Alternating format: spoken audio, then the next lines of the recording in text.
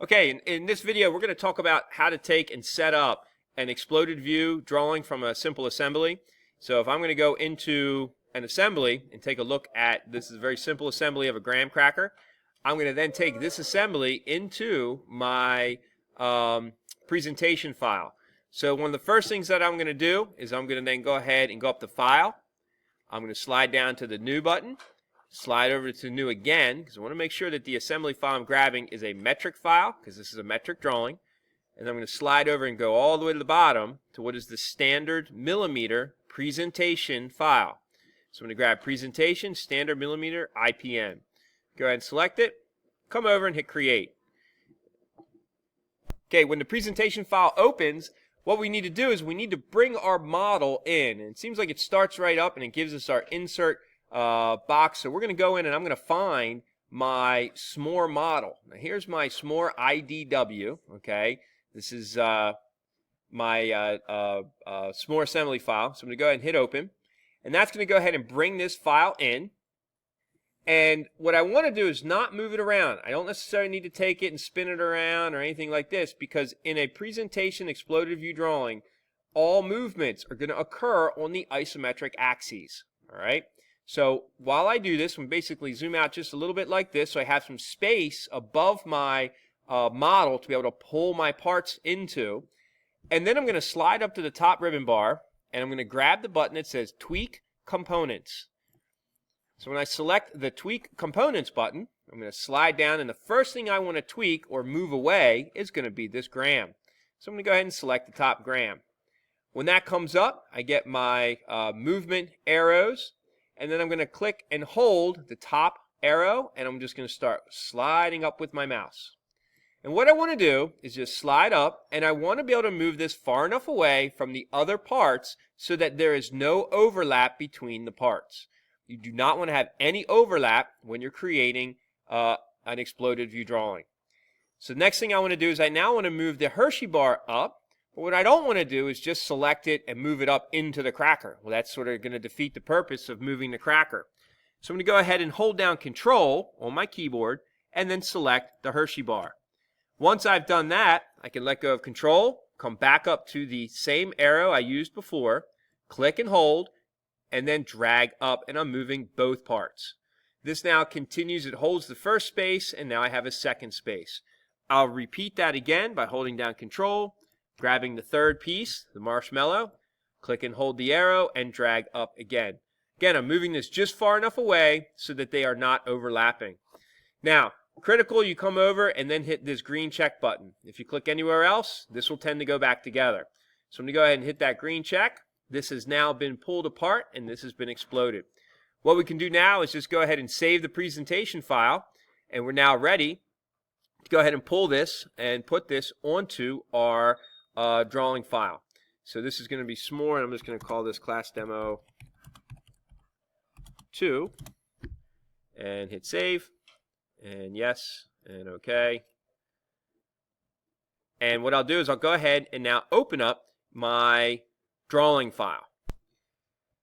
So you're ready to take and put this onto a title block sheet. This is what your title block sheet will end up looking like when you're finished the assignment. This is in the assignment as an example that you can then reference.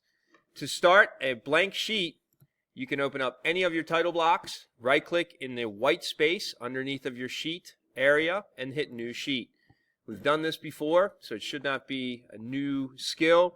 And as I open this up, I now have my Form 5 title block available to me, and I can start laying out my assembly views in my working drawing. So I'll go ahead and grab my base button at the top, just like I'm going ahead to lay out any type of multi-view drawing. And then I need to go ahead and select, it's already grabbed the file, but if I don't see my exploded view drawing here, I would then go into my drawing files and find my presentation files. So I'm going to go ahead and grab a presentation file here. I'll just select the presentation file. I can hit Open, and this is a standard presentation file that I just made. And then I just want to set this up so it's on an isometric view. All working drawings or exploded view drawings set up on an isometric view. Now I'm going to change this so it's scale 1:1. This is just like setting up a standard multi-view. I can take and I'm going to push this to this area directly above the title block, set it in position, and then hit OK. By doing that, it sets up my exploded view drawing, and I'm now ready to go look for the parts list and my balloons for parts. Okay, once you get the exploded view drawing laid out, you're now ready to start adding parts list and balloons. So if I go back to the example, what we can do is show how to get this parts list to show up, and then shrink it and put it in position, and then also how to add balloons to the working drawing and a note. So I'm going to go back to my layout file, and I'm going to come up here to my annotation tab. From the annotation tab, I'm going to slide over to the parts list, select the parts list, and then I'm going to slide over to the drawing file, or this exploded view drawing, and select it. What that does is it then selects that file for me, so that file shows up as the selected file. I just come down, don't need to change any of this, hit OK, and then I get a parts list. If you get a error or a question about BOM, bill of materials, just hit OK, and then you can keep moving forward.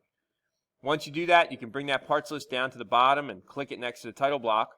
And then to shrink it, you can grab the little green dots that show up when you mouse over it, and then shrink that down to a much smaller size. That is how you can create a parts list. And now we need to go ahead and identify the specific parts. So I'm going to come up to the balloon button, select the balloon button. I'm going to mouse over the part till it turns red, click once, pull out, click again, right click, and hit continue. So we can do that again, and then get all these parts labeled so we know what these parts are. And you can see that there's 2 graham crackers. They're both numbered 3. And if you look at the item, it's an item number 3 with a quantity of 2. Now you can go ahead and add descriptions in here if you'd like to do that by simply just double clicking on the chart, and then you can click information into the cell and then hit OK. That information will show up in the description. To get the view label to show up is just like we've used in the past. We're going to mouse over the view. We're going to select the view and then right click. Grab the Edit View tab off of the selection wheel, and then come over to the Drawing View Edit. Here we're going to turn on the light bulb, that's toggle visibility for the label, and then whatever I put into this View Label dialog box will show up along with the scale. So if I type in SMORE, hit OK, it actually landed down underneath into my title block, so I can select it and pull it up onto the drawing. To change the size of the text should be 0.125 in height. I'm just going to go ahead and double click on the actual text itself. And now this is the text edit box. I can go ahead and highlight the text and then just simply change this so that it is 3 millimeters or 3.5 would be the conversion for 0.125 of an inch. So that's how you set up the label. That's how you set up the exploded view drawing, numbers, balloons, and parts list.